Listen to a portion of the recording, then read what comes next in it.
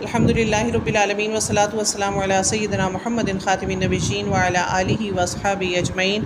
باب الرحلۃ فی المسألۃ نازلۃ و تعلیم اہلہ، جب کوئی مسئلہ درپیش ہو تو اس کے لیے سفر کرنا کیسا ہے۔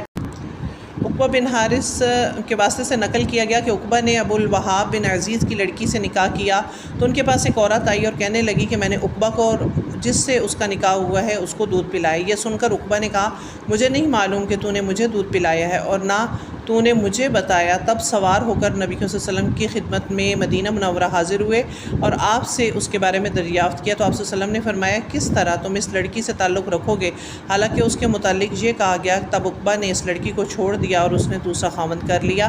یعنی احتیاطاً بھی چھوڑا جا سکتا ہے، جب شبہ پیدا ہو جائے، شک ہو جائے تو شبہ کی بات سے بچنا بہتر ہے، تو اس لیے نبی کریم صلی اللہ علیہ وسلم نے ان کو کہا کہ اس کو چھوڑ دیا جائے۔ جبکہ یہاں مسئلہ کا تعلق تو ایک عورت کی شہادت اس لیے کافی نہیں کہ یہاں پر احتیاط کے لیے فرما دیا گیا، ورنہ دو عورتیں اور ایک مرد کی شہادت جو ہے جمہور ائمہ کے نزدیک جو ہے وہ ضروری ہوتی ہے، یعنی دو عورتوں کی شہادت لازمی ہے، ایک کی نہیں قبول کی جائے گی۔ لیکن جس چیز میں شبہ پڑ جائے دین کے کام میں تو اس کو چھوڑ دینا بہتر ہوتا ہے۔